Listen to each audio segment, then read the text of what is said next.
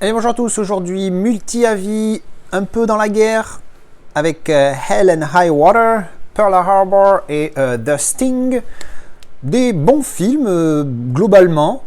Comme d'habitude, je vous ai filmé les avis juste après avoir visionné les films, et je vous envoie ça tout de suite.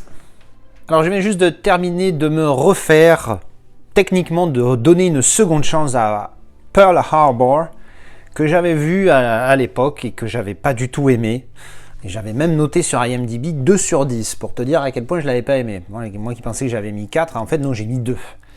Bon alors j'avoue qu'à l'époque je m'étais énervé sur la note. C'est vrai que 2, je suis violent. Il mérite un peu plus. Ce que j'avais pas aimé à l'époque, c'est que je voulais voir un film sur Pearl Harbor, puisque comme vous le savez, j'adore les films de guerre. Et là, en fait, j'ai vu une histoire d'amour, et en plus, une histoire d'amour qui me plaisait pas, donc forcément, à l'époque, ben voilà, j'avais donné une mauvaise note. Bon, là, j'ai revu le film, bon, bien des années après. Bon, c'est un film qui est sympa, oui, c'est un film qui est sympa, c'est pas, alors, historiquement parlant, bon, voilà, on va dire qu'il est pas spécialement, genre, si vous voulez voir un film sur Pearl Harbor, je vous recommande fortement l'excellentissime Tora Tora Tora, qui est un vrai chef-d'œuvre au niveau film de guerre, et qui n'est vraiment pas mauvais, et puis surtout qui est beaucoup plus précis au niveau des faits historiques, hein, c'est quand même pas rien. Donc si vous voulez vraiment voir un film de guerre qui parle de l'attaque de Pearl Harbor, c'est Tora Tora Tora, qui est vraiment excellent. 9 sur 10, c'est quand même pas rien. Mais Pearl Harbor, bon voilà, c'est clair qu'il est fait, il est de 1970, Tora Tora Tora, Pearl Harbor il est de 2001, donc forcément 31 ans plus tard, les effets spéciaux c'est mieux fait. J'ai lu que le CGI était pas terrible, franchement, moi pour le coup j'ai pas vu ça, donc désolé pour celui qui l'a dit dans le Discord, là je suis pas d'accord, moi ça m'a pas choqué du tout. Après voilà, l'histoire d'amour au milieu, bon, voilà. Disons que c'est ce que j'aime pas en fait, c'est l'idée, c'est soit tu fais un film de guerre, soit tu fais une histoire d'amour. Tu peux faire un film de guerre où tu vois quelqu'un pour te donner une affinité avec un personnage éventuellement, et tu lui mets une petite histoire d'amour et tout. Mais là c'est quand même, c'est les deux en fait, c'est le film traite les deux sujets. C'est pas le but. Moi, si tu aimes moi j'adore les deux. J'aime les films de guerre, j'aime les films d'histoire d'amour, j'aime les comédies romantiques, mais pas dans le même film. Je sais pas, moi ça me gêne pas trop. Après, je peux comprendre que ça plaise, attention. Mais moi je ne suis pas fan. Bon, alors du coup, ma note, évidemment, elle va pas rester à 2, je vais la remonter, je vais mettre... J'hésite entre 4 et 5, je vais mettre 4, je pense. Parce que voilà, c'est plus 4,5 que 4, pour être honnête. Il est sympa, il est un peu long, il fait 3 heures. J'avoue que 3 heures, voilà. Mais c'est vrai que l'attaque de Pearl Harbor, elle est au niveau effets spéciaux, et au niveau du déroulement de l'attaque, on a les explosions, tout ce que tu veux. C'est vraiment, ce passage-là est vraiment intéressant. Après voilà, l'histoire d'amour, bon, voilà, bref. Bon, donc voilà, ça c'était pour le film. À la qualité du Blu-ray, pardon, il est ok. Il est juste entre moyen et bon en fait, parce que voilà, c'est pas tip top, il est un petit peu granuleux, mais il est loin d'être dégueulasse, il est bon, voilà, c'est un bon Blu-ray. Voilà, ça c'était mon avis pour Pearl Harbor. Alors je vais juste de terminer The Sting avec Paul Newman et Robert Redford. Alors c'est un film qui m'avait été recommandé par Michel, si elle regarde la vidéo, un petit coucou. Merci pour cette recommandation parce que ça m'a plu. C'est un film de 1973, donc c'est pas avant-hier. Ça parle de 2 escrocs qui veulent monter un gros plan pour escroquer un autre escroc. Je crois que ça suffit comme plot, parce qu'en plus sur IMDb c'est quasiment ça en fait, il y a genre 1,5 ligne, et sachant qu'elle fait ça la ligne. Donc ça monte des plans, ça triche, ça complote, c'est pas mal. Donc même si le film est de 1973, l'histoire se passe en 1936, donc à quelques quarantaines d'années avant quasiment. Et franchement c'est sympathique, c'est un peu long. Le film fait 2h10, 2h09. Je dirais qu'il y a un petit quart d'heure, 20 minutes de trop. Des fois il y a des petites longueurs, ouais. Bon, voilà, il est un petit peu trop long. En plus c'est un film de 1970, 2h10, je trouve ça étonnant parce que autant ils n'avaient pas peur de faire des péplums qui étaient très longs à l'époque, voire même trop longs. Autant ces genres de films, je suis étonné parce qu'il me semble que les films longs, c'était pas trop le délire à l'époque. Ou alors c'était peut-être dans les années 80-90 quand moi j'étais ado où les films ils duraient tous 90 minutes. Enfin je sais plus, peut-être que je confonds. Mais bon bref, il est quand même un chouïa long pour ce que c'est. Donc c'est un film que je vous recommande malgré ce petit défaut de un petit peu trop long. Il y a du twist et des revirements de situation, donc franchement c'est sympathique, on passe un bon moment. Alors comme vous pouvez le voir, 4K Ultra HD, on va tout de suite parler de la qualité. Alors, j'ai pas encore mis le Blu-ray. Alors là, je sais pas ce que c'est, mais je crois que c'est ouais, c'est le making of qui s'est lancé automatiquement à la fin du film avec des belles barres noires sur les côtés. Donc, avant d'avoir mis le Blu-ray, je peux vous dire déjà que la qualité est très bonne. Il est franchement pas mal. Il y a quelques petites scènes où des fois j'ai le fameux effet poupée de cire dont on m'a tellement parlé pour Terminator 2 qui ressort un petit peu dans ce film-là. À un moment donné, on voit la tête de Paul, enfin, on voit Paul Newman en Marcel. Et j'ai l'impression, je dis mais c'est pas possible, on lui a mis de la cire dessus pour qu'il ressemble à une poupée, c'est un truc de dingue. Mais en dehors de ce petit détail, une fois ou deux, globalement il est très bon, il est quasi full screen, il est 1,85-1. Mais voilà, il est un petit peu granuleux, mais bon, évidemment, hein, on va pas s'attendre à un miracle. Je vais mettre tout de suite le Blu-ray pour faire le petit comparatif. Alors, comme d'habitude, je viens de mettre le Blu-ray, j'ai remis le 4K, remis le Blu-ray, et là, j'ai remis le 4K, je l'ai fait 2 fois en tout. Alors, à la question, mérite-t-il l'upgrade? La réponse est non. Le Blu-ray est très bon, c'est un très bon Blu-ray. Après, pour être... si vous êtes fan du film, je dirais oui, allez-y à l'upgrade parce que le 4K est aussi très bon. Ce que je disais tout à l'heure, effectivement, il y a un espèce de souci de poupée de cire, cet effet nettoyage de grains, qui comparé à Terminator 2 où c'est super bien fait, n'en déplaise à certains, moi j'ai trouvé ça magnifique. Sur celui-là, il y a 2-3 scènes, alors il n'y en a pas beaucoup, hein, je ne me suis pas refait tout le film, mais bon, vous savez, hein, à chaque fois je mets les débuts de chaque chapitre, comme ça à chaque fois j'ai les mêmes images pour faire les comparatifs. Et il y a des fois où le visage, les peaux des personnages apparaissent bien dénérés. Surtout au début du chapitre 2 ou 3, je sais plus, on voit la ville de New York ou Chicago en fond, et sur le Blu-ray, le ciel est granuleux, qui zouk sa mère comme c'est pas permis, alors que sur le 4K, on voit que ça a été nettoyé. Mais pour le coup, ça a été mal nettoyé parce qu'on a cet effet DNR, qui est, j'avoue, pas terrible. Ce que je n'ai pas du tout vu sur Terminator 2, je l'ai vu là par contre. Donc, est-ce qu'il mérite l'upgrade? Non. Après, au niveau des couleurs, il y a un meilleur travail sur le 4K, comme d'habitude. Le HDR amène beaucoup. Même si, de premier abord, comme je l'avais déjà dit, je ne sais plus, sur un autre film, on a l'impression que le Blu-ray est meilleur parce que le Blu-ray est plus vif. Pourtant, encore une fois, j'ai les mêmes réglages sur mon téléviseur, que ce soit pour le 4K ou le Blu-ray. J'ai le même réglage de luminosité, même réglage des couleurs, tout au même niveau. Donc, ça ne vient pas de là. Enfin, je pense, ou alors je suis complètement con, il y a une spécificité que je ne connais pas. Et si vous êtes au courant, je veux bien le savoir. Bref, donc le Blu-ray donne cette impression de plus beau parce qu'il est plus vif, surtout au niveau des couleurs qui sont plus pétantes. Mais le 4K, je trouve, est quand même mieux, plus réaliste, en tout cas.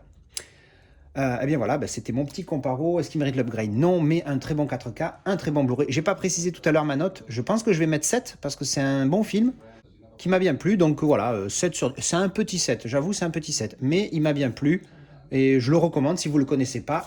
The Sting, je ne sais plus le titre en français, l'arnaqueur ou l'arnaque, je ne sais plus trop.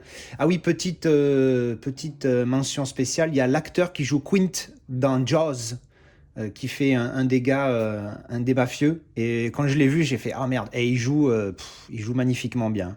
Voilà, juste petite parenthèse fermée. Voilà, c'était mon avis sur The Sting. Alors, je viens juste de terminer Hell and High Water. Donc, c'est un film de 1953 avec un sous-marin. Eh oui, il y a bien un sous-marin sur la boîte de Samuel Fuller. L'histoire, c'est après avoir reçu des informations, les services d'intelligence, alors je ne sais pas si signifier de quel pays, il y a une information comme quoi l'armée rouge, chinoise, soviétique, on ne sait pas trop, c'est pas trop l'intérêt du film, aurait un plan de créer une bombe atomique. Et donc du coup, il y a un contingent de différents pays qui envoient des spécialistes se réunir pour en discuter, des spécialistes atomiques, des scientifiques, hein. Et ils engagent des mercenaires pour aller dans un sous-marin sur la fameuse île pour y faire des tests. Et entre autres, les deux professeurs qui les accompagnent dans le sous-marin sont français. Donc un vieil homme et une jeune femme, deux spécialistes des bombes atomiques. Et donc là, la mission, c'est de les amener là-bas pour qu'ils vérifient et qu'ils aient les sources pour ramener à leur gouvernement respectif. Alors c'est un film de sous-marin, ouais, mais il est moyen. Il est très moyen. Ma note, je vais mettre 5 sur 10. Parce que il y a plein de choses que j'ai pas trop aimé, des petits trucs. Comme par exemple, il y a une espèce de petite romance entre le capitaine du bateau et la jeune fille. Alors évidemment, ça y est, tu mets une femme sur un sous-marin, il faut qu'il y ait ça, tu vois, enfin, c'est complètement con. Bon, bref. Il y a aussi la musique. Oh putain, le pire, c'était la musique. La musique de merde qu'ils te mettent dans ce film, elle n'est pas du tout adaptée. Ce qui fait que quand, par exemple, tu es dans le sous-marin, dans les profondeurs, et que tu es sous tension parce que tu es pourchassé par un autre sous-marin ou quoi, eh ben, t'as l'impression que c'est... Tu vois, qu'est-ce que c'est pas la musique qui est adéquate, t'as pas de tension, à la limite, mais même pas de musique. Crée une espèce d'ambiance, mais pas cette musique-là, quoi. Franchement, là, j'ai été énormément déçu de la musique. Ensuite, au niveau des sous-titres, alors ça, c'est une édition anglaise. Donc le film est sous-titré, alors comme on peut le voir là, c'est le menu, avec English SDH, alors je sais plus ce que ça veut dire, Deaf, Hard Hearing, un truc comme ça, bref. Donc il y a les sous-titres anglais, mais pas parce qu'en fait les deux professeurs parlent français régulièrement dans le film, donc là c'est pas sous-titré. Donc bon, heureusement pour nous, parce que du coup on comprend. Par contre, à un moment donné, ça parle chinois. Bon, alors pas beaucoup, hein, on perd pas grand-chose, mais ça parle chinois, mais il n'y a pas de sous-titres non plus. Donc j'ai trouvé ça complètement con. Ça n'a rien à voir avec le film lui-même, mais je sais pas si c'était volontaire ou pas. J'ai trouvé ça débile qu'il n'y ait pas de sous-titres quand ils parlent français, parce qu'à la base c'est une édition anglaise, donc les Anglais ils voient ça, ils comprennent rien. C'est comme si, enfin voilà, tu vois, t'as compris, j'ai même pas besoin de donner d'exemple. Donc ça m'a un petit peu déçu ça aussi, pas déçu mais énervé parce que sur la scène là, bon finalement après c'est pas si important que ça, mais à un moment donné quand ça parle chinois, t'as envie de dire voilà quoi. Après un petit truc que j'ai noté, c'est que c'est vrai que dès que les Américains parlaient avec les Français, des fois, il y avait des expressions américaines où les Français, au lieu de comprendre instantanément, parce que tout le monde est bilingue 100% hein, dans certains films, là, on voit que c'est réaliste dans le sens où des fois, il y a un petit peu d'argot utilisé, et du coup, les Français disent « Non, quoi, qu'est-ce que tu veux dire ?» Et du coup, l'anglophone, l'américain, est obligé de répéter sa question avec des mots simples. Donc j'ai trouvé ça, alors c'est un détail, hein, mais j'ai trouvé ça super réaliste. Alors sachant que c'est une expérience que je vis régulièrement, parce que quand tu discutes souvent en anglais, des fois l'anglophone, pour lui c'est naturel, il te dit son truc en argot et toi t'es là, c'est comme nous quand on emploie notre argot, les mecs ils comprennent un beignet quoi. Bref, donc ça j'ai trouvé sympa, un petit détail, mais j'ai trouvé ça sympa à noter. Et je vais finir avec l'acting. J'ai trouvé pas top. C'était vraiment...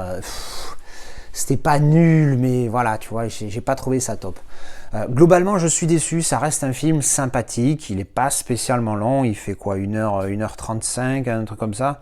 Voilà, il est bien, voilà, 1h40 je crois, un truc comme ça. Voilà, 103 minutes, 1h43. Il est de 1954, autant pour moi, j'ai dit 53, mais c'est 54. Et alors au début du film, il y a une voix off qui t'explique qu'il y aurait eu une explosion nucléaire en 1953 et que ça racontait l'histoire de l'origine de cette explosion. Alors est-ce qu'il s'inspire de faits réels? Je ne sais pas, mais en tout cas c'est pas indiqué.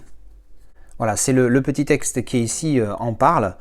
Donc en gros ils disent, voilà, l'été 1953, une bombe a été annoncée d'origine étrangère, blablabla. Bref.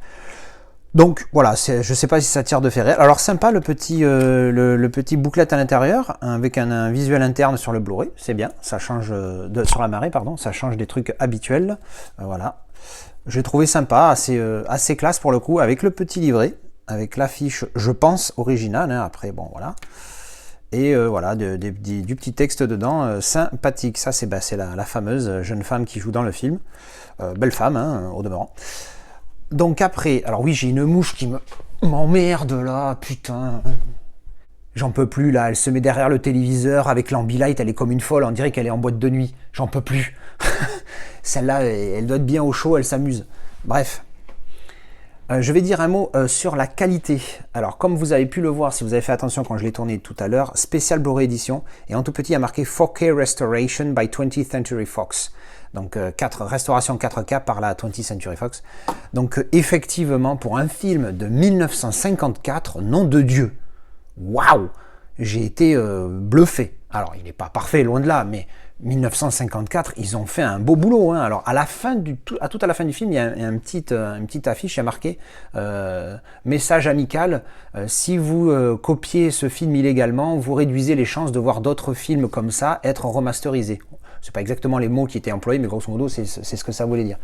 Donc j'ai trouvé ça pas con, puis après c'est vrai, alors c'est pas à vous que je vais dire, nous collectionneurs de médias physiques, c'est pas à vous que je vais dire qu'il faut pas télécharger, hein. Après tout le monde télécharge dans tous les cas, même moi ça arrive rarement, mais bon, quand je trouve pas un film, à un moment donné il faut bien le télécharger, ils ont qu'à faire en sorte qu'on puisse le trouver. Bref, donc oui, excellente qualité, très très bon, pas parfait encore une fois, un petit peu de grain par-ci par-là, mais franchement vraiment très bon sur les plans proches. Il n'y a rien à envier au film récent, en tout cas qualité Blu-ray, non 4K. Mais ce Master 4K sur ce Blu-ray, franchement, waouh, j'ai été bien bluffé. Super bonne qualité. Là, pour le coup, c'est du beau boulot hein, qu'ils ont fait parce que franchement, il est top. Donc voilà, une petite déception sur le film, mais voilà, un film sympathique. Et puis cette jaquette, elle fera jolie dans mon étagère spéciale sous-marin. J'arrête pas d'en parler, il faudra que je le fasse à un moment donné. Voilà, ben ça c'était mon avis pour Hell and High Water. Et bien voilà, c'était mes avis pour ces 3 films. Alors encore une fois, du Blu-ray, du 4K, un avis sur la qualité du film. J'espère que ça vous a plu. Dites-moi ce que vous avez pensé des films, à quel point vous avez aimé ou pas le fameux Pearl Harbor, parce que bon, moi, voilà, moyen, même si je le trouve meilleur que ce qu'il est resté dans mes mémoires, puisque j'avais mis 2 et je suis passé à 4. Voilà, ben, dites-moi ce que vous avez pensé dans les commentaires et je vous dis à la prochaine pour une vidéo. Avis ou déballage, à tchou!